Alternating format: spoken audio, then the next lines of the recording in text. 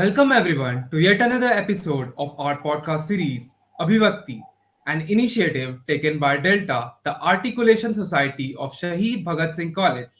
From this platform, we aim to create an ambience where we can express ourselves with clarity and confidence on various contemporary issues that affect our lives as well as society.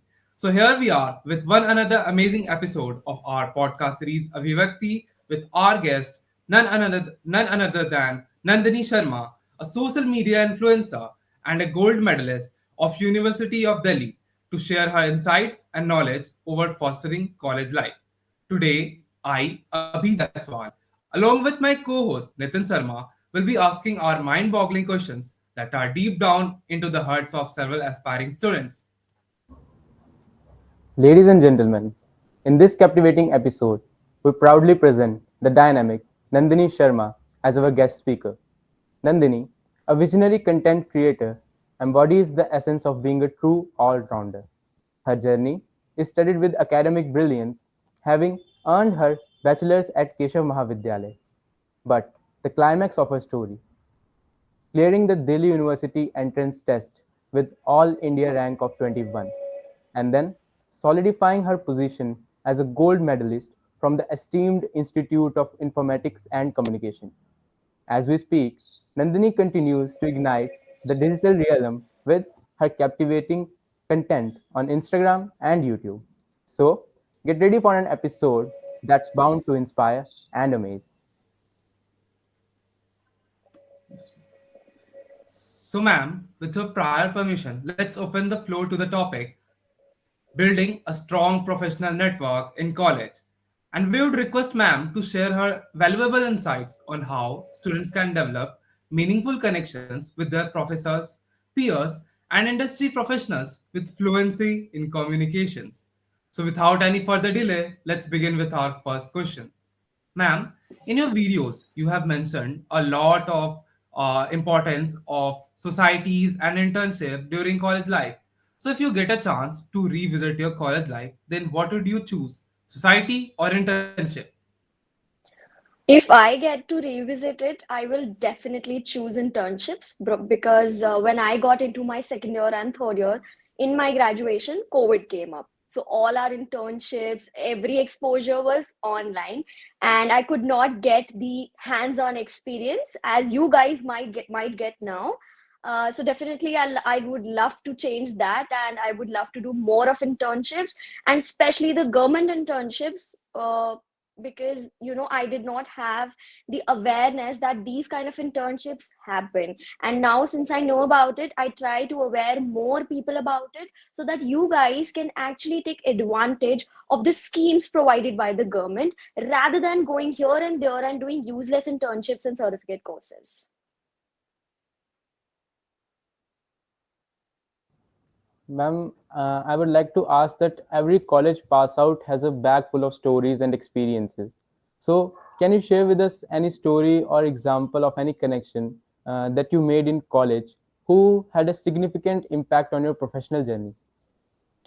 So obviously I've done 2 degrees, so I have a lot of stories to tell, but I cannot find made impact on my professional journey or on my academic journey. There were so many people, and especially when I went to IIC, that is Informatics and Communications Institute, my whole class, we were a bunch of around 60 people.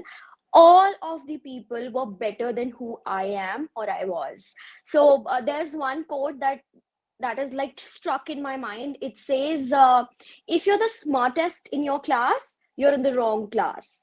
So I was definitely in the right class because everyone was smarter than me.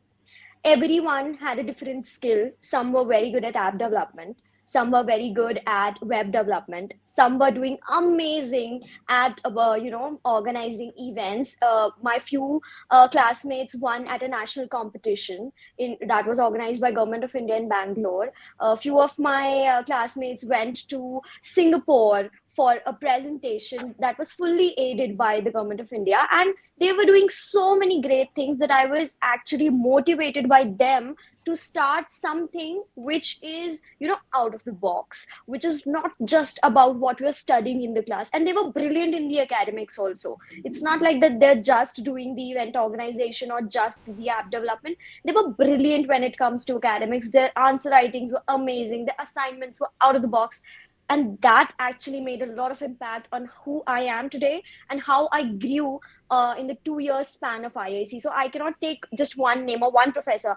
Our professors, we were also taught by research scholars that happened to do PhD at IIC. So they were like 5 or 6 years older than we were, but their growth, their evolution from what a graduate or a postgraduate is to a research fellow is amazing. It's exponential. So all of them, including the research scholars, the professors, one of our professors, Dr. M.K. Das, Professor Dr. M.K. Das, he has written more than 80 research papers. So you can and he's the founder of the physics department in Venkateshwar College. So he's as old as physics for me. So he was one inspiration, and all my classmates, I can't name just one person.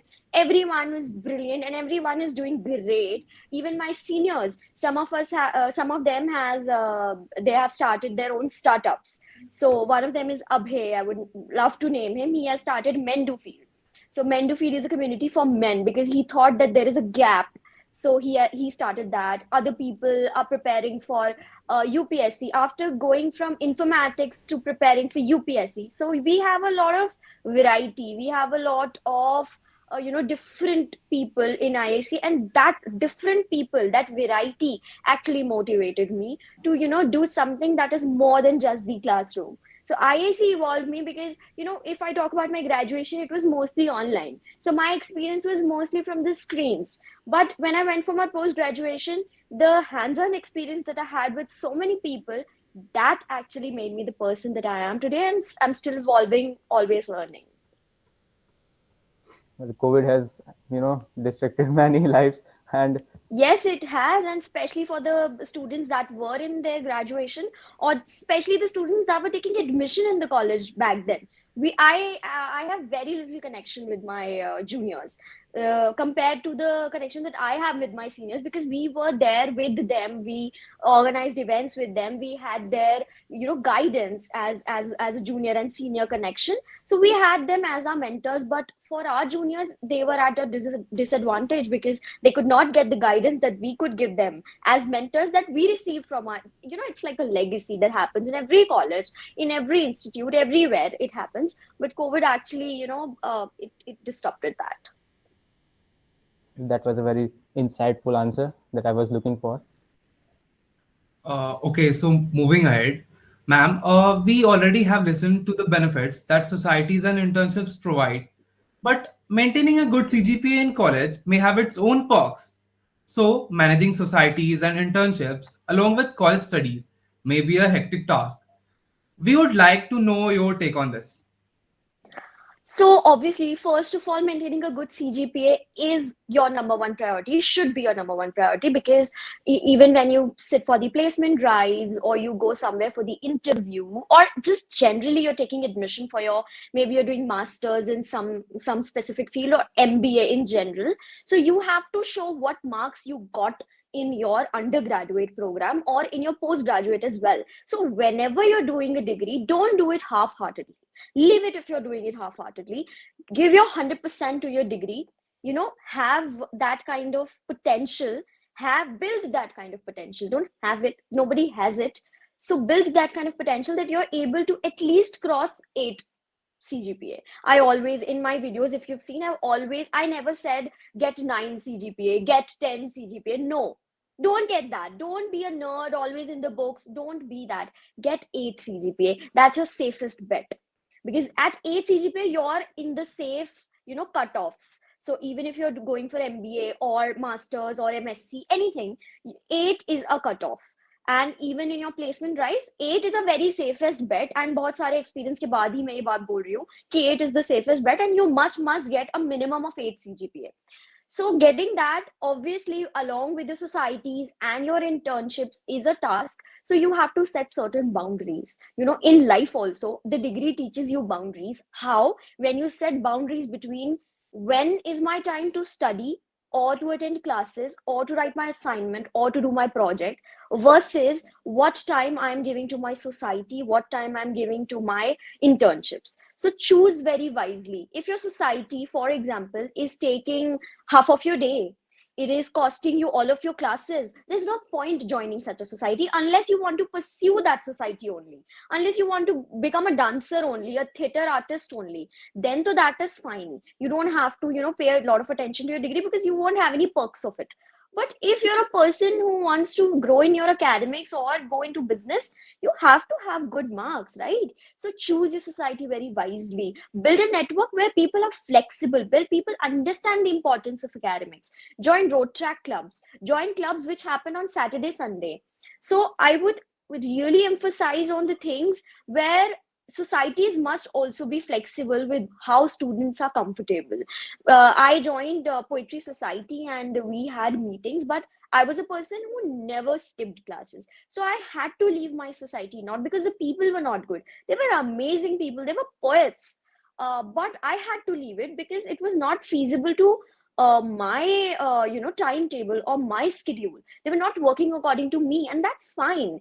I will join something else that is more comfortable to my schedule, who I can work with. So I joined robotics club later.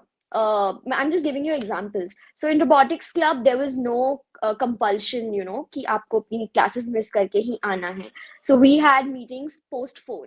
4 tak, I think all the classes gets over. No professor is teaching after 4 unless you're in an evening college. So join a club, join a society, do your internships when you're free. So for example, summer breaks will come, the Shera break used to happen earlier, holy break used to happen earlier. So do your internships in period of time where the college is at an ease. You can take a light work on your college. So when the semester is in the initial days, तो initial days में क्या होता है, थोड़ा light होता है, तो we can manage our internships with that. Don't do an internship when your exams are coming. So set those boundaries, make a timetable. I always say plan yearly goals, plan monthly goals, break them into weekly goals, then break them into daily goals and then hourly goals. That is how we should proceed with our schedule. Don't just to please other people, just to please the president of your society, or maybe the boss of your internship ki nahi ye kya sochenge mere bare mein, I have to go. No, learn to say no, I cannot be present there, and don't be sorry for it. It's your life, right? You won't get another one. It's not like इस life में मैं अपने president को खुश करता हूँ, next life में what I'll do is I'll do according to me. That doesn't happen. And it's not like मुझे भी आता था.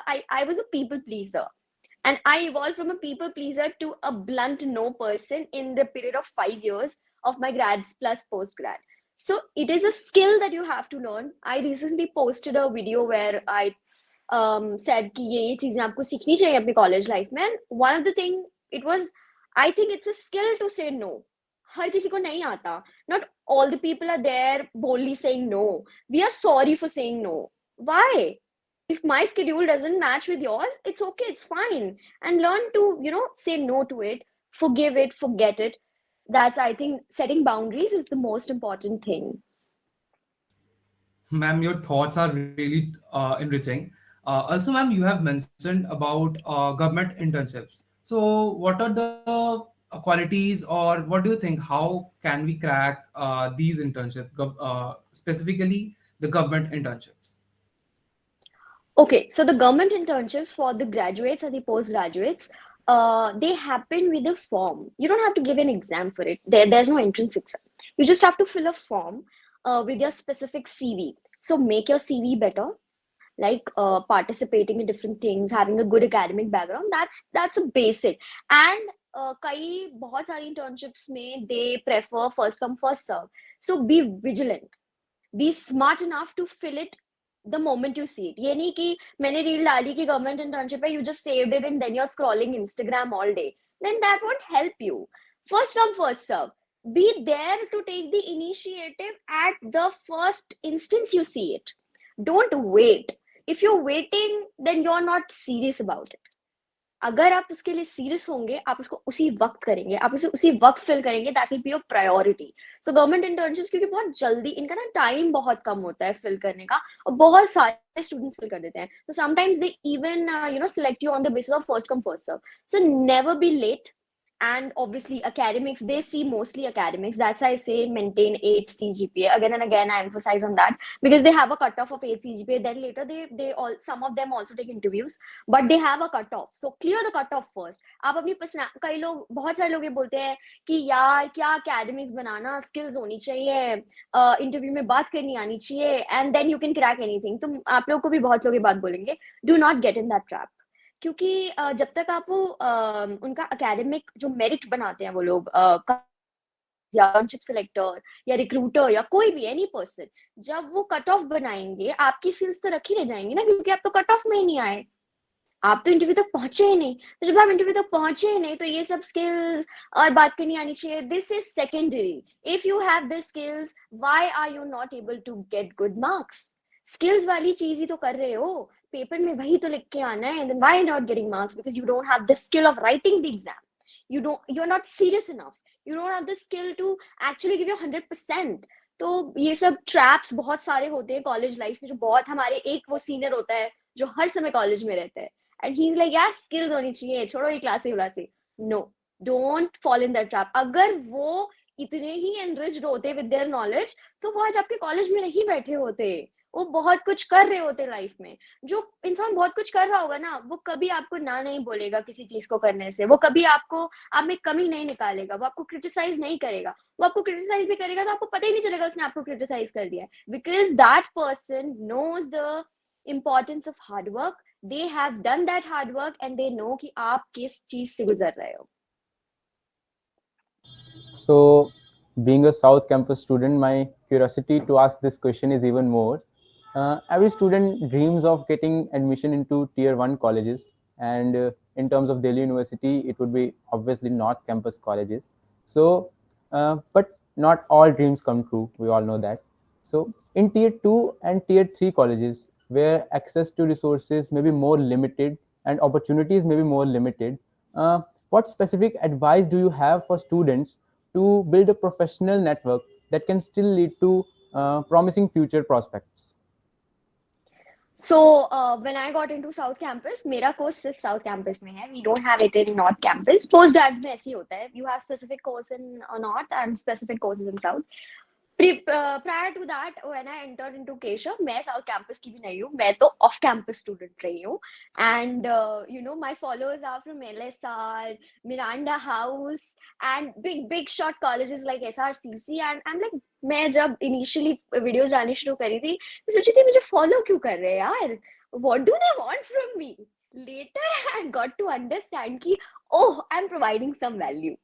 So it's not about the college. और मैं ये बात हमेशा बोलती हूँ, जब मैंने अपना कॉलेज सिलेक्ट किया था, मुझे बहुत सारे कोर्सेज नॉर्थ कैंपस में मिल रहे थे. हमारे टाइम में कट ऑफ मेरिट से होती थी 12th बोर्ड के एग्जाम्स के. तो I had a cumulative percentage of around 95.5 something percentage, and मुझे काफी सारे नॉर्थ कैंपस कॉलेजेस मिल रहे थे for some courses. But because I saw, पता नहीं मुझे क्या दिखा था इलेक्ट्रॉनिक्स में, बट छोड़ो. 12th में मुझे लगा मैं फिजिक्स में बहुत अच्छी हूँ, मेरे फिजिक्स में काफी अच्छे मार्क्स थे और मुझे फिजिक्स बहुत अच्छी लगती थी, पता नहीं क्यों, पर तब अच्छी लगती थी. तो मैंने चूज किया मुझे इलेक्ट्रॉनिक्स करनी है. And in Hansraj the cut off, मतलब जो लास्ट कट ऑफ गई थी in my category, my general category, that was 95.75. तो 0.5 से मैं हंसराज के लिए रह गई थी. And then I was like south campus कौन जाएगा, वेंकी वगैरह में कौन करेगा, मेरे घर के 15 मिनट दूर केशव है. And trust me guys, that was the best decision I made. क्योंकि घर से जब आप 1.5-2 घंटा ट्रैवल करके अपना टाइम वेस्ट करते हो ना, तो बहुत खराब लगता है. जब आप 4-4 घंटे 5-5 घंटे फिर आप उसको कैलकुलेट करते हो कि यार मैं तो 15 दिन ट्रैवल में निकाल रही हूँ या निकाल रहा हूँ, तो बहुत खराब लगता है. तो ऑफ कैंपस, अब बात ये आती है कि आपको कोर्स सिलेक्ट करना चाहिए कॉलेज. हर स्टूडेंट कंफ्यूज रहता है इस चीज में. बहुत सारे स्टूडेंट्स कहते हैं नहीं यार, अच्छे कॉलेज में पढ़ने से, अच्छे लोगों से मिलने से बहुत कुछ अच्छा हो जाएगा.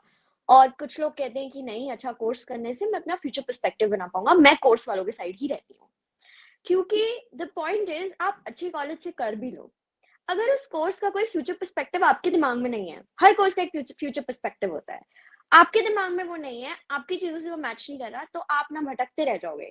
थर्ड ईयर आते आते आपको इतनी एंग्जाइटी क्रिएट हो जाती है थर्ड ईयर आते आते कि अब मैं क्या करूं, क्योंकि और ये ज्यादातर होता है ग्रेजुएट स्टूडेंट्स के साथ, ये बीटेक वालों के साथ कम होता है, ये एमबीबीएस वालों के साथ कम होता है, ये जर्नलिस्ट के साथ कम होता है, या आर्किटेक्ट्स के साथ कम होता है, क्योंकि वो प्रोफेशनल डिग्रीज हैं। दिल्ली यूनिवर्सिटी में हम मोस्टली जो डिग्रीज करते हैं वो एक ग्रेजुएशन सिंपल डिग्री होती है 3 साल की, चाहे आपने उसमें कितनी ही मेहनत करी हो, आप वहां के टॉपर हो, मैं भी थी, बट थर्ड ईयर आते आते ऐसा लगने लगता है कि अब मैं क्या करूं, you're not able to sleep, trust me, you're not able to sleep, जब तक वो रिजल्ट आके आपका दूसरी जगह एडमिशन नहीं हो जाता, you're like अब मैं क्या करूं। So always choose your course over college. अगर आपको ड्रॉप लेना पड़ रहा है, आप बहुत यंग हो, ड्रॉप ले लो, छोड़ दो, पर ऐसा हाफ हार्टेडली कोर्स मत करो, क्योंकि क्या होता है, आप मिरांडा हाउस से पास आउट तो हो गए, सपोज आपने संस्कृत ऑनर्स करी थी, अब संस्कृत में आपका मन नहीं लगता, संस्कृत का टीचर आपको बनना नहीं, एमए संस्कृत में आपका एडमिशन हुआ नहीं, पीएचडी करने का तो आपका बिल्कुल ही दिल नहीं है, यही एक फ्यूचर पर्सपेक्टिव है संस्कृत का। अब संस्कृत को एआई से मिलाने वाली जो फालतू की बातें हैं वो बहुत ही हायर लेवल पे जाके होती हैं, वो तब होती है जब आप पीएचडी कंप्लीट कर पाते हैं, उसके बाद आप रिसर्च पेपर्स लिखते हैं, उससे पहले ये सब बातें करनी बेकार है कि भैया तू मिरांडा हाउस से जाके संस्कृत ऑनर्स कर ले, एआई में बड़ा स्कोप है। अरे बिना पीएचडी करे कहाँ से स्कोप है, कोई स्कोप नहीं है। Graduates from languages like English, Hindi, Sanskrit, any language, French, Spanish, German, किसी में भी आप ग्रेजुएशन कर लीजिए, जब तक आप उसमें हायर डिग्री परस्यू नहीं करते हैं आपको कोई बेनिफिट नहीं मिलेगा। या तो आप फिर कॉम्पिटिटिव एग्जाम्स दे दीजिए, पर उसमें 0.01% का सिलेक्शन रेट है, अब आप कहाँ जाएंगे। ऐसा तो नहीं है ना हर कोई सिलेक्ट हो जाएगा, वही बात है, not all dreams come true. तो हम एक फुल सर्कल पे आ गए हैं यहाँ पे कि कोर्स को प्रायोरिटी दीजिए, कॉलेज को थोड़ी कम प्रायोरिटी दीजिए। मैं ये नहीं कह रही कि आप जाके किसी हाईवे यूनिवर्सिटी से अपनी डिग्री परस्यू कर लीजिए मन की, नहीं, मैं वो नहीं कह रही। मैं ये कह रही हूँ कि अगर आपको एक ठीक ठाक कॉलेज मिल गया जिसका नैक ए या बी है, नैक ग्रेडिंग होती है हर कॉलेज की, ए या बी है, तो आप डेफिनेटली उसमें अपना मन का कोर्स परस्यू कर लीजिए, अपने मन का कोर्स चुनिए और ठीक ठाक कॉलेज चुनिए।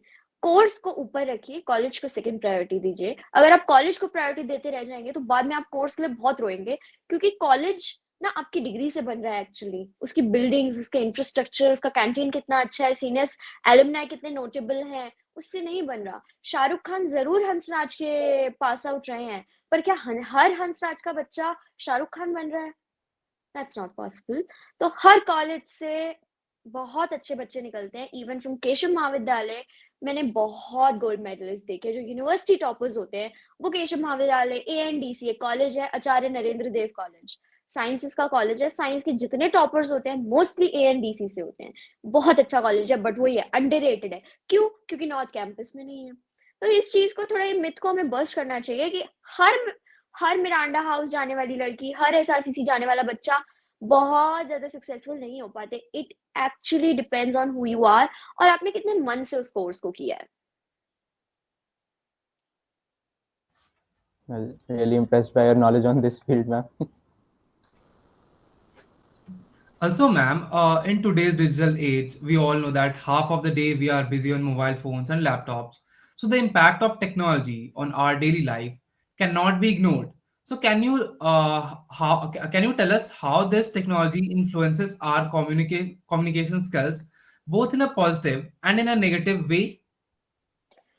Look for me, social media ने कभी नेगेटिव इम्पैक्ट किया नहीं है, क्योंकि मेरा थोड़ा माइंडसेट डिफरेंट है। whenever I'm on Instagram, अब तो स्पेशली अब from the past 6 months 7 months, उससे पहले मैंने इंस्टा डिलीट ही कर दिया था, मैं नहीं थी सोशल मीडिया पे, मेरे को बहुत कम टाइम हुआ अभी सोशल मीडिया पे वापस आए हुए। तो अभी फ्रॉम द पास्ट जो मैं इस टाइम सोशल मीडिया पे वापस आई हूँ, मैं सोशल मीडिया सिर्फ स्क्रॉल करती हूँ to save audios that are trending, to see the trends, ताकि मैं उन ऑडियोज को यूज करके अपने तरीके की वीडियोस बना सकूं, ताकि वो ज्यादा से ज्यादा लोगों तक पहुंचे। That's my only goal on Instagram. उसके अलावा लोग क्या कमेंट कर रहे हैं, आप मेरी पोस्ट पे थोड़ा सा नीचे जाएंगे, आपको बहुत हेट कमेंट्स मिलेंगे, मैंने आज तक उन्हें नहीं पढ़ा है, और ना मैं उन्हें पढ़ना चाहती। मैंने 1-2 पढ़ लिए थे गलती से, तो मुझे बहुत ज्यादा गुस्सा आ गया था और मैंने बहुत ज्यादा इंस्टाग्राम पे बोल भी दिया था उसके बारे में, बट उसका कोई पॉइंट नहीं है, वो सिर्फ मेरी एनर्जी वेस्ट हुई है उससे। तो what shift I made in my life, जो शायद आप लोगों को अब कर लेना चाहिए, it's high time, is don't scroll Instagram आप स्क्रॉल कर भी रहे हैं तो किसी फ्रूटफुल चीज के लिए कीजिए, किसी फ्रूटफुल कंटेंट को देखिए, या जस्ट फॉर एंटरटेनमेंट है तो वो 5 10 15 मिनट से ऊपर नहीं होना चाहिए। उसके उसको आप हटाएंगे कैसे? अब स्क्रोलिंग की आदत तो बहुत गंदी है, तो आपके हाथों को आदत हो जाती है एक्चुअली। ये एक मैं आर्टिकल पढ़ रही थी, ये एक्चुअली ब्रेन में कुछ केमिकल्स रिलीज करता है, स्क्रोलिंग, लाइकिंग, कमेंटिंग, ये बहुत स्ट्रेटेजिकली बनाई गई एप्स हैं। तो आप क्या कर सकते हैं? आप दो चीजें कर सकते हैं। एक तो आप स्क्रोलिंग को रिप्लेस करिए लिंक्डइन स्क्रोलिंग से। तो मैं जब लिंक्डइन पे स्क्रॉल करती हूँ तो मैं पढ़ती हूँ इसने ये सर्टिफिकेट कर लिया, उसने वो जॉब ले ली, इसको ये अचीवमेंट हो गई, तो मैं सोचती हूँ यार मैं क्या कर रही हूँ लाइफ में, व्हाट एम आई डूइंग, कि मैं कैसे कुछ लिंक्डइन पे बढ़िया से लिख के डालूं कि मैंने ये किया है, तो उसके लिए आई वर्क। तो लिंक्डइन एक सोर्स ऑफ मोटिवेशन बन जाता है rather than just mindless scrolling. एक टर्म है माइंडलेस स्क्रोलिंग। जब हम इंस्टाग्राम पे होते हैं माइंडलेस स्क्रोलिंग कर रहे होते हैं, हम कुछ बैक ऑफ द माइंड में सोच रहे होते हैं और आगे से स्क्रोलिंग चल रही होती है, आप देख भी नहीं रहे होते हो कि स्क्रीन पे एक्चुअली चल क्या रहा है। उसके अलावा अपना यूट्यूब का एक ना एल्गोरिथम ऐसे वर्क करता है कि आप जिस वीडियोस को ज्यादा देखते हो वो फिर आपको उन्हीं उन्हीं को सजेस्ट करने लग जाता है, उन्हीं टॉपिक्स पे। सो फॉर एग्जाम्पल मैं यूपीएससी की सपोज वीडियोस देखती हूँ, तो यूपीएससी की ही वीडियोस वो मुझे शो करने लग जाता है। तो आप अपने यूट्यूब को इस तरीके से ट्रेन कर दीजिए कि वो आपको कोई फालतू की वीडियो दिखाए ही ना। आप अपने सपोज आप किस कोर्स के हैं आप लोग? हम बीकॉम ऑनर्स। बीकॉम, ठीक है। तो हो सकता है आपने आगे जाके कैट देना हो, कैट का एग्जाम होता है एमबीए के लिए, हो सकता है आपने वो देना हो, तो आप कैट के बारे में सर्च कीजिए। बहुत सारे बहुत अच्छे अच्छे कंटेंट क्रिएटर्स हैं, लाइक श्वेता अरोड़ा, आपने देखा होगा उन्हें, she is IIM Ahmedabad alumni, तो उनकी वीडियोस आपको शो करेंगी। एक है राहुल सर हैं, एक कैट किंग करके उनका एक चैनल है, वो आपको शो कराएगा, तो उनकी उनकी वीडियोस आती रहेंगी। एंड सुमित सर, राहुल, आप जो भी उनका नाम ले, वो इतना अमेजिंग बंदा है ना कि अगर कोई कैट नहीं भी कर रहा तो भी उनको ना रात को उनकी 12 बजे एक लाइव होती है, वो देख लेनी चाहिए। इतनी मोटिवेशन आ जाती है कि मेरे को लगता है यार मैं 12 बजे बैठ के पढ़ने लग जाऊं क्या। So he is that kind of motivation. Shweta Arora को जब आप देखेंगे आपको लगेगा how can someone be so humble with so much knowledge, she has a lot of knowledge, she has a lot of humbleness. सो वो सीख सकते हैं। तो आप अपने यूट्यूब को इस तरीके से ट्रेन कीजिए कि आपको फालतू की चीजें ना दिखाए। आप अपने इंस्टाग्राम को हटाइए फ्रॉम योर लिंक्डइन। अगर आप इनमें से कुछ भी नहीं कर पा रहे हैं भाई, आप तो एडिक्ट हैं, सपोज कोई ऐसा बंदा ये पॉडकास्ट सुन रहा है जो भाई कहते हैं मैं तो एडिक्ट हूँ, मैं मेरे से नहीं हो पाता, तो delete your Instagram, delete your Snapchat, your Facebook, your WhatsApp, तो चलो आप डिलीट नहीं कर सकते, तो एक नेसेसिटी बन गई है, बट ये जो 3 4 सोशल मीडिया प्लेटफॉर्म्स है इन्हें आप डिलीट कर दीजिए। डिलीट, डीएक्टिवेट की बात नहीं करी मैं, डिलीट की बात कर रही हूँ, ताकि आप वापस ही ना आ पाए। जब आप 6 महीने बिना इंस्टाग्राम के रहेंगे, यू विल सी कि आप कुछ और ही बन गए हैं, आप कोई और ही इंसान है अब। क्योंकि सोशल मीडिया हमारे ब्रेन पे सिर्फ कॉन्शियस इफेक्ट नहीं करता, एक अनकॉन्शियस सबकॉन्शियस इफेक्ट देता है, इसलिए हम अपनी लाइफ में ग्रो नहीं कर पाते हैं। तो अगर आप उन चीजों को रिप्लेस नहीं कर पा रहे हैं तो उन्हें रिमूव कर दीजिए। फर्स्ट स्टेप तो रिप्लेस का ही होता है, रिमूव एक बहुत ही एक्सट्रीम स्टेप है जो मैं हर किसी को लेने के लिए नहीं बोलूंगी, क्योंकि आप कितनी चीजों को रिमूव करेंगे अपनी लाइफ से। ऐसे तो आप आगे जाके आप जॉब करेंगे, आपकी फैमिली होगी, तो अगर कभी सपोज फैमिली फंक्शन है और आपका तो बहुत इंपॉर्टेंट प्रोजेक्ट चल रहा है, तो फैमिली को रिमूव कर देंगे या प्रोजेक्ट को रिमूव कर देंगे, किसे रिमूव करेंगे अब आप? तो ये रिमूव वाली स्ट्रैटेजी हमें नहीं अपनानी चाहिए from such a young age, क्योंकि ये आदत में पड़ जाती है, फिर हम एस्केप करना चाहते हैं, फिर हमारे सब कॉन्शियस में आ जाता है एस्केप करना। तो हमें एस्केप नहीं करना है, हमें चीजों को रिप्लेस करना सीखना है, so that we set particular boundaries कि हमें कितना क्या यूज करना है। आप कॉन्शियसली सोशल मीडिया को यूज करिए rather देन माइंडलेसली उसे यूज करना। Thanks, ma'am. Your answer really provide us a clear understanding of this issue. So moving ahead, Nathan. Yes, well, if we are talking about social media and LinkedIn and all, so let me ask one more thing about this. In modern times, the value of connections made via LinkedIn is undeniable, but the significance of building meaningful offline relationships remains unparalleled. So, we would like to know your opinion on this. मेरा तो थोड़ा unpopular opinion ही रहता है। आप लोग बोलेंगे ma'am का हर चीज में अनपॉपुलर ओपिनियन कैसे है, ये कैसे लोग कुछ और कह रहे हैं, ये कुछ और कह रही है बंदी। बट आई वुड से कि देखो लिंक्डइन का तो हटा ही दो, वो तो कनेक्शन ऐसे हैं कि मुझे जो भी कनेक्ट करता है मैं उसको ऐसे ऐसे करती जाती हूँ, मैं किसी को रिजेक्ट नहीं करती अनलेस कि कोई मुझे बिल्कुल ही फेक लग रहा हो कि भाई ये क्या है, तो मैं उनको एक्सेप्ट नहीं करती। वरना तो जो मेरे आज तक भी मेरे साथ केशव महाविद्यालय के स्टूडेंट्स कनेक्ट करते हैं जो फर्स्ट ईयर में आए हैं अभी विद अ वेरी यंग, तो वो लोग भी कनेक्ट करते हैं और लोग भी कनेक्ट करते हैं, सब कनेक्ट करते हैं। तो लिंक्डइन को एक कनेक्शन को हटा देते हैं, रियल लाइफ कनेक्शंस। अब हम में से बहुत लोग जब कॉलेज आते हैं, आप लोग भी जब नए फ्रेशर आए होंगे, आप लोगों को ये हम बहुत सारे फ्रेंड्स बनाएंगे, हमारा बहुत बड़ा ग्रुप होगा, वी गो आउट, ये वो। मेरा थोड़ा अनपॉपुलर ओपिनियन ये रहता है, आप कॉलेज फ्रेंड्स बनाने नहीं गए हैं, आप कॉलेज अपनी डिग्री लेने गए हैं, आप वहां पे अपने माइंडसेट को चेंज करने गए हैं, आप अलग अलग लोगों से मिलने गए हैं, तो आपको थोड़े टर्म से फेमिलियर होना पड़ेगा। ए फ्रेंड्स, हर कोई फ्रेंड्स नहीं होता। सेकेंड इज एक्वेंटेंस, आप बोलिए मेरा एक्वेंटेंस है, आप क्यों बोलते मेरा दोस्त है? मैंने बोला ना क्लासमेट्स थे मेरे बहुत सारे इंटेलिजेंट, मैं बोल सकती थी मेरे दोस्त थे, बट वो मेरे सब मेरे दोस्त नहीं है, वो मेरे क्लासमेट्स हैं, मेरे बैचमेट्स हैं, कुछ मेरे कॉलेज मेट्स हैं, कुछ मेरे एक्वेंटेंस हैं, कुछ मेरे म्यूचुअल्स हैं, सब दोस्त नहीं होते। तो एक तो हमारी बड़ी गंदी आदत है, हम बोलते हैं सब ये मेरा दोस्त है, अरे वो तुम्हारा दोस्त नहीं है, पहले उसको दोस्त बनाओ फिर बोलो कि वो मेरा दोस्त है। तो ये जो क्लियर, मैं हमेशा बाउंड्रीज की बहुत ज्यादा बात करती हूँ क्योंकि ये बहुत ज्यादा जरूरी है आपको अपनी लाइफ में सेट करनी। उसके अलावा अगर आप कॉलेज जा रहे हैं, आपका कोई दोस्त नहीं बन रहा, तो आपको डिप्रेशन हो जाएगा, आपको एंग्जाइटी की इशू हो जाएगा, आपको सेपरेशन एंग्जाइटी का भी इशू हो जाएगा, कुछ लोगों को अबैंडनमेंट इश्यूज हो जाते हैं। आजकल बहुत सारी अवेयरनेस चल रही है इस चीज पे कि लोग कॉलेज जा रहे हैं, ऑफिस जा रहे हैं, कहीं भी एक प्रोफेशनल एनवायरनमेंट में जा रहे हैं, उनके दोस्त नहीं बन रहे हैं, तो उनको प्रॉब्लम हो रही है इस चीज से। क्यों? दोस्त बनाने गए थे क्या वहां पे? मैं हमेशा हर फ्रेशर को ये बात बोलती हूँ, आप दोस्त बनाने नहीं गए हैं, आप वहां अपने लिए गए हैं, अपनी ग्रोथ के लिए गए हैं। एंड जब आप में वो कैरिश्मा होगा ना, जो ये कहता है कि मेरी एक क्लियर बाउंड्री है, मैं यहाँ पढ़ने आई हूँ, मैं यहाँ ग्रो करने आई हूँ, मैं बहुत सारे लोगों से बात करने आई हूँ, हर किसी को दोस्त बनाने नहीं आई, तब बहुत लोग आपसे इन्फ्लुएंस होंगे, तब बहुत लोगों को लगेगा कि नहीं, I want to get in the circle of that girl या that boy, I want to sit with them. I want to talk about growth, career, growth mindset, startups. Startups कैसे start होते हैं? ऐसे थोड़ी कि हम कहीं जाते हैं, वहां पे हमारी मीटिंग्स होती हैं, फिर startup starts in a canteen. All the startups, all the big startups, they started in a canteen. जितने बड़े लोग हैं, आप कभी उनकी स्टोरी सुनना, वो एक कैंटीन से शुरू हुई थी। वो कैंटीन के टेबल पे लिख रहे थे कि हम क्या कर सकते हैं यार, ये कर सकते हैं। They were not discussing people, they were discussing thoughts. तो ये मैंने भी बहुत हार्ड टाइम, मेरी लर्निंग रही है कि लोगों को डिस्कस करना बंद करो। मेरी भी आदत पड़ गई थी, मैं भी कोई ये सीख के नहीं आई थी, मैं भी एक नॉर्मल स्कूल से थी, नॉर्मल कॉलेज से थी, हमारी भी आदत थी लोगों को डिस्कस करना। But now slowly gradually I am trying to remove that part of myself from my life and completely eradicate it, कि मुझे लोगों को डिस्कस करना ही नहीं है। और लोगों को डिस्कस भी करना है तो ऐसे लोगों को डिस्कस करना है जिनको मैं अपना रोल मॉडल मानती हूँ। And then have a role model.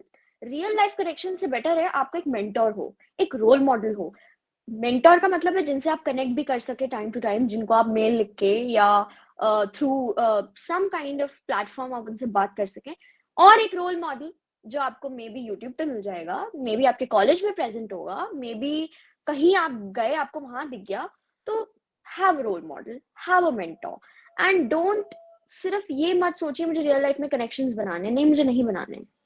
Have that attitude in yourself, have that self confidence, मुझे नहीं रियल लाइफ कनेक्शंस बनाने, मुझे बहुत सारे लोगों से बात करनी है, मुझे उनके थॉट्स सुनने हैं, मुझे देखना है कि वो किस तरीके से काम करते हैं अपनी लाइफ में, बट मुझे सबको कनेक्शन नहीं बनाना।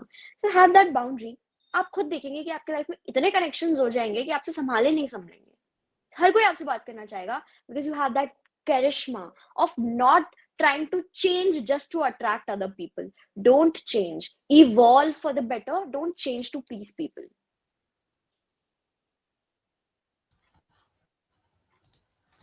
Ma'am, how to overcome fear of rejection in college because of poor communication skills? Like, I've seen many of my friends, despite being intelligent and having the required skill, they struggle to form a good connection. So, what's your take on this? Definitely ये बहुत सारे students के साथ होता है। जब मैंने in IIC we have a annual fest called Envisage, वो काफी ग्रैंड स्केल पे होता है, हम उसमें 10-12 इवेंट्स इकट्ठे करवा रहे होते हैं एट वन डे, 2-3 डेज का इवेंट होता है। तो जब वो मैंने करवाया एंड मैंने देखा रजिस्ट्रेशन ही नहीं आ रही है। हम लोगों ने बहुत सारे इंटेलेक्चुअल इवेंट्स करवाए थे वहां पे, रजिस्ट्रेशन नहीं आ रही थी because students with the capability कि वो ये कर सकते हैं, they were not ready to take part in a competition. तो अगर आपको लगता है ना आपकी कम्युनिकेशन स्किल्स लैक हो रही है या आपको रिजेक्शन से बड़ा डर लगता है, take part in a competition. और कॉम्पिटिशन भी ऐसे कहीं भी नहीं, आईआईटी में, एनआईटी में, आईआईएम्स में, गो देयर, पार्टिसिपेट। ऐसा थोड़ी वो आपको मना कर देंगे पार्टिसिपेट करने से। आप उनके रजिस्ट्रेशन में फिल आउट करिए and go with your team. अगर आपको रिजेक्शन से डर लग रहा है या आपको लग रहा है कि मैं तो पता नहीं क्या ही करूंगा, एक कंपटीशन में पार्ट लेके देखो। आपका कॉन्फिडेंस अगर 10 के लेवल पे होगा ना, वो 50 पहुंच जाएगा। क्यों? क्योंकि वहां आप देखोगे कि लोग कितना ज्यादा आउट ऑफ द बॉक्स सोचते हैं और मेरा लेवल क्या है। वहां से आप मोटिवेट होके वापस आएंगे, वहां लोग आपको अप्रिशिएट भी करेंगे। जब भी आप किसी कंपटीशन में जाते हैं, ऐसा कभी नहीं होता कि लोग आपको अप्रिशिएट ना करें। आपको अप्रिसिएशन, मोटिवेशन, हर चीज का एक सोर्स मिलेगा। आप कॉम्पिटिशन में जाने से ही डरते हैं। आप मुझे बताइए, जब आप कॉलेज में हैं, आपको 1 ईयर, 2 ईयर, 3 ईयर हो गए, आपने कितने कॉम्पिटिशन में पार्ट लिया है? हम स्कूल्स में तो बहुत कॉम्पिटिशन में पार्ट लेते हैं क्योंकि हमारी मदर फादर हमें पुश कर रहे होते हैं कि do it, do it, do it. College में आते आते ना उनका पुश खत्म हो जाता है। तो कहीं ना कहीं एक पेरेंटिंग प्रॉब्लम भी हो गई है कि by the time your child is in the college, आप उसको पुश करना बंद कर देते हैं। मेरे घर में थोड़ा सा डिफरेंट एनवायरनमेंट था। मेरे घर में जब भी रिजल्ट आता है, तो रिजल्ट आता था मतलब ग्रेजुएशन का, पोस्ट ग्रेजुएशन का, मेरे पेरेंट्स जरूर चेक करते थे कितने मार्क्स हैं। एंड दैट प्रेशर कि ये तो चेक होगा, उसकी वजह से आई स्टडीड अ लॉट कि नहीं, मैं यहाँ बेइज्जती नहीं करवा सकती कि तुम स्कूल में तो इतनी टॉपर थी, ये कॉलेज में आके क्या हो गया है। तो that's the reason I used to study a lot कि भाई ये तो घर में चेक होगा and parents should keep a little check. मैं प्रेशर देने की बात नहीं कर रही कि आप बिल्कुल ही पागल ही हो जाओ कि यार ये क्या है वो क्या है, बट आप ये तो चेक रखो कि आपके बच्चे अगर कॉलेज जा रहे हैं तो वहां पास हो पा रहे हैं कॉलेज में, और अगर वो फेल हो रहे हैं तो कोई प्रॉब्लम है। ऐसे ही आप फेल नहीं होते, या तो आप किसी चीज में बहुत ज्यादा टाइम इन्वेस्ट कर रहे हैं, आप पढ़ नहीं पा रहे हैं, या फिर आपको कोई मेंटल इशू है। तो ये एक बहुत बड़ा चेक होता है ये देखने के लिए कि आपका जो वार्ड है, आपका जो बच्चा है, वो मेंटली फिट है या नहीं। क्यों पेरेंट्स को पता नहीं चलता कि हमें एंजाइटी हो रही है, डिप्रेशन हो रहा है? पेरेंट्स को क्लू ही नहीं होता कि इसको ये तो ठीक लग रही थी, ये तो सही लग रहा था। They are like that after their children has committed some kind of maybe suicidal thing और एनीथिंग। कुछ भी वो कमिट करते हैं या कहीं भी कुछ डायग्नोस हो जाता है तो उन्हें लगता है ये मुझे क्यों नहीं पता था, because you are not keeping a check. आप एक छोटा सा चेक भी ये रख लेंगे ना कि ये पास हो पा रहा है, ये पास हो पा रही है, तो भी उससे आपको पता चल जाएगा। एंड देन ऑफ कोर्स ये सब चीजें कॉलेजेस को भी देखनी चाहिए क्योंकि स्टूडेंट्स हॉस्टल में आके भी रहते हैं, पेरेंट्स कितना ही चेक रख लेंगे। कॉलेज को भी ये चीजों पे चेक रखना चाहिए कि अगर कोई स्टूडेंट फेल हो रहा है तो उसके रीजंस क्या क्या हैं। जितने लोग डिप्रेस थे वो एकेडमिकली बहुत अच्छा नहीं कर पा रहे थे क्योंकि उनकी कॉन्सेंट्रेशन ही नहीं हो पाती उस तरीके की। तो ये सब चीजें हैं। एंड बहुत ना आपको रिजेक्शन से जो डर है ना, ये बचपन का डर होता है, ये बचपन से ही इनकलकेट होता है। दैट्स व्हाई मैं मेंटल हेल्थ पे आ गई, क्योंकि जो रिजेक्शन का डर है ये एक सेकंड में नहीं आता, ये धीरे धीरे धीरे धीरे डेवलप होता है फ्रॉम योर चाइल्डहुड। ये एक चाइल्डहुड ट्रॉमा की तरह आपके अंदर बस गया है और आप इससे ओवरकम कैसे करेंगे, ये एक कंपटीशन में पार्ट लेने से, एक इवेंट करवा देने से, एक सोसाइटी में पार्ट लेने से नहीं हटेगा। ये धीरे धीरे हटता है। और अगर आप देख रहे हैं, ये आप लोग भी कर सकते हैं, आपका कोई फ्रेंड है, आपकी कोई फ्रेंड है, आपको लग रहा है कि इसको यार इसमें स्किल है बट ये पार्टिसिपेट नहीं कर रहा, why don't you hype up your own friends, hype them up. मैं तेरा रजिस्ट्रेशन कराऊंगा। बम्बल और टेंडर पे तो बड़ी जल्दी आप लोग उनके अकाउंट बनवा देते हैं कि मैं बना रहा हूँ तेरा अकाउंट, अब स्वाइप लेफ्ट स्वाइप राइट करेंगे। पर जब कंपटीशन में पार्ट लेने की बात आती है, जब इवेंट ऑर्गेनाइज कराने की बात आती है, तो आप अपने फ्रेंड का नाम वॉलंटियरली नहीं लेते। आपको उन्हें हाइप करना चाहिए अगर आपको लगता है कि उनमें रिक्वायर्ड स्किल है और वो सिर्फ इसलिए डर रहे हैं क्योंकि उन्हें स्टेज फियर है या उन्हें रिजेक्शन से डर लगता है या जनरली उनमें एक नर्वसनेस है। कुछ लोग इंट्रोवर्ट्स भी होते हैं। तो आपको अपने फ्रेंड्स को हाइप करना चाहिए, पेरेंट्स को अपने बच्चों को हाइप करना चाहिए, प्रोफेसर्स को अपने स्टूडेंट्स को हाइप करना चाहिए। मुझे पूरे 5 सालों की अपनी दिल्ली यूनिवर्सिटी जर्नी में ऐसे ऐसे प्रोफेसर्स मिले हैं जो शायद मुझे ये बोल के, जब मेरा फेयरवेल हुआ तो उन्होंने ये बोला है कि you are like my own daughter, because I made that connection with them, they made that connection with me कि हाँ, एक मदरली कनेक्ट, एक फादरली कनेक्ट उनसे था। And that is because they hyped me and I hyped them. मैं doctor professor M K Das sir की जो बात कर रही थी, सर एकदम एंटी सोशल मीडिया है। सर को बिल्कुल, सर वो कीपैड वाला फोन रखते हैं। He doesn't have a WhatsApp. कई बार हम उनको बोलते थे सर आप पीपीटी से पढ़ाते हैं वहाँ पे, तो पीपीटी आप भेज दीजिए, हमें व्हाट्सएप कर दीजिए। तो he was like no, I will email you once I reach my home, कि वहाँ मेरा पीसी है। तो आई वाज लाइक सर आप क्यों नहीं है व्हाट्सएप पे? So I pushed him a lot कि सर नहीं, आपको आपकी वेबसाइट बनाएंगे। We started a project of his website also. We started कि नहीं, सर को तो सोशल मीडिया पे लाना चाहिए, he is a personality of of a kind. तो आपको भी थोड़ा अपने प्रोफेसर से उनको रिस्पेक्ट देनी चाहिए और उन्हें प्यार इतना देना चाहिए कि वो आपको हाइप कर सके, वो आपके टैलेंट को रिकॉग्नाइज कर सके। प्रोफेसर्स को पता होता है कौन स्टूडेंट कैसा है। ऐसा नहीं है कि अगर वो आपको पढ़ा रहे हैं और 60 बच्चों की क्लास है तो उन्हें नहीं पता कि कौन बच्चा क्या कर रहा है। उन्हें सब पता होता है। वो 20-20 साल से पढ़ा रहे हैं यार। दिल्ली यूनिवर्सिटी में जो परमानेंट प्रोफेसर्स हैं वो 10-10 साल से पढ़ा रहे हैं। उन्हें आपकी शक्ल देख के पता चल जाता है आप कैसे स्टूडेंट हैं। वो आपकी हैंडराइटिंग पहचानते हैं। उन्हें पता होता है अगर आप ऐसे लिख रहे हैं तो आप इस तरीके के स्टूडेंट हैं। तो अगर आप उनके साथ वो मेंटर और मेंटी वाला कनेक्ट बना लेते हैं ना, यू विल बी फ्लाइंग। तो ये सारी चीजें हैं जो आपको करनी चाहिए। और रिजेक्शन एकदम से खत्म नहीं होगा। ये जो फियर है रिजेक्शन का, ये एकदम से खत्म नहीं होगा। ये चाइल्डहुड ट्रॉमा है। ये आपके अंदर एक किड है, तो उसको बहुत फ्रजाइल है वो, तो उसको आराम आराम से आप उसको उससे बाहर लेके आ सकते हैं बाय पार्टिसिपेटिंग, बाय हाइपिंग, बहुत सारी और चीजें। So, ma'am, we all usually, try to make a strong impression on guests whenever we are performing or hosting any sort of event, like we both are trying right now also. So, could you suggest some creative ways for students to leave a lasting impression on professionals and audience during events or conferences? Sure. वही मैं आपको examples देके समझा सकती हूँ। जब मैंने इनविसार्ज organise करवाया था, वाज द हेड ऑर्गेनाइजर। मैंने वहाँ इनिशिएटिव लिया था क्योंकि कोविड के दौरान उसको ऑर्गेनाइज नहीं करवाया गया था, तो एक 2 साल का गैप हो गया था उसको ऑर्गेनाइज करवाने में। सो हमारे एचओडी हैं Sanjeev sir, best person in all university, best mentor, best HOD मैं उनको बोलूंगी, क्योंकि वो किसी भी चीज के लिए हमें ना करते ही नहीं है। हम उनके पास गए, सब मैगजीन बनानी है, ही was like go ahead, green flags. हमने बोला सर एलुमनाई मीट करानी है, ही was like go ahead, green flags. मुझे नहीं पता है मेरे बैग में कैसे आया, बट ओके। तो he is the best person. तो उनसे मैंने बहुत सारी चीजें सीखी कि कैसे आप लोगों को अलाउ चीजें अलाउ करके भी उन्हें हाइप कर सकते हैं। तो जब वहां ऑर्गेनाइज करी चीजें तो मैंने जानबूझ के I took the compering part. So compering is hosting part. तो वहां पर हमने 2 दिन का हमारा इवेंट था। तो जो जब इवेंट स्टार्ट हुआ, ये मेरी आदत में है, हमारी पूरी कंपेयरिंग हिंदी इंग्लिश में होती है। लेकिन आई मेक श्योर कि whenever the event is starting या कोई फिलर हो, तो I add some shlokas of Sanskrit, I add some Hindi poetry. This is my unique factor.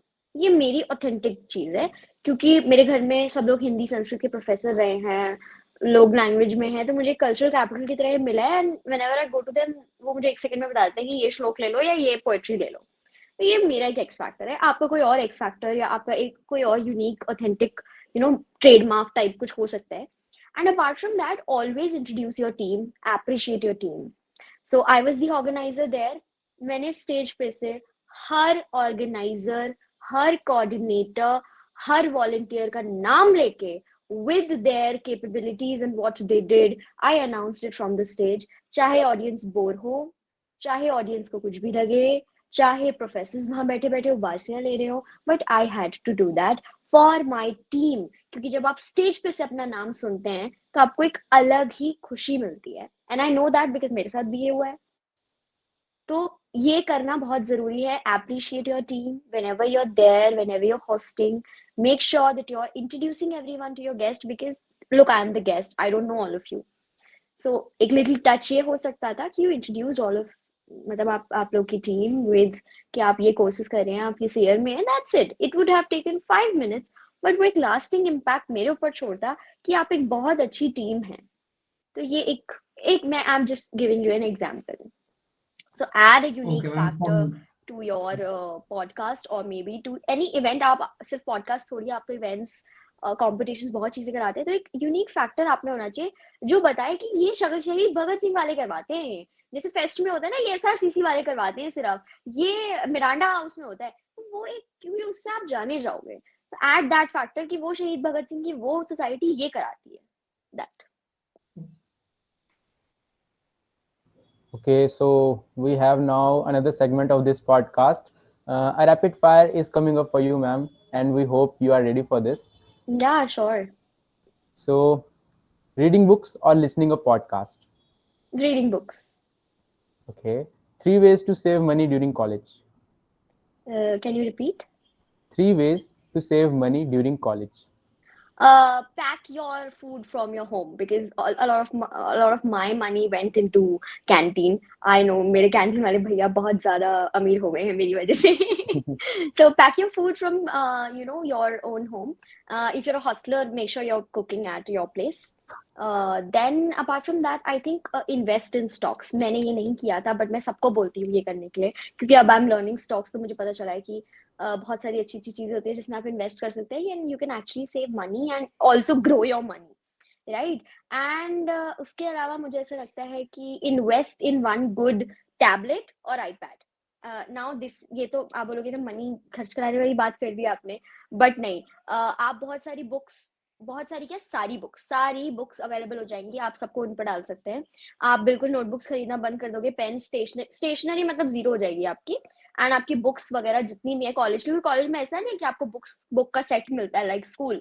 आपको जगह जगह से जाके उन्हें इकट्ठा करना पड़ता है एंड पीपीटीज आप उस पर डायरेक्टली ले लेंगे, आपको उसका प्रिंट नहीं निकलवाना पड़ेगा. तो बहुत सारी जो हार्ड कॉपी चीजें हैं वो आपकी डिजिटलाइज हो जाएंगी. और हम आगे जमाना पूरा डिजिटल ही है, तो as soon as you turn digital it's great for you.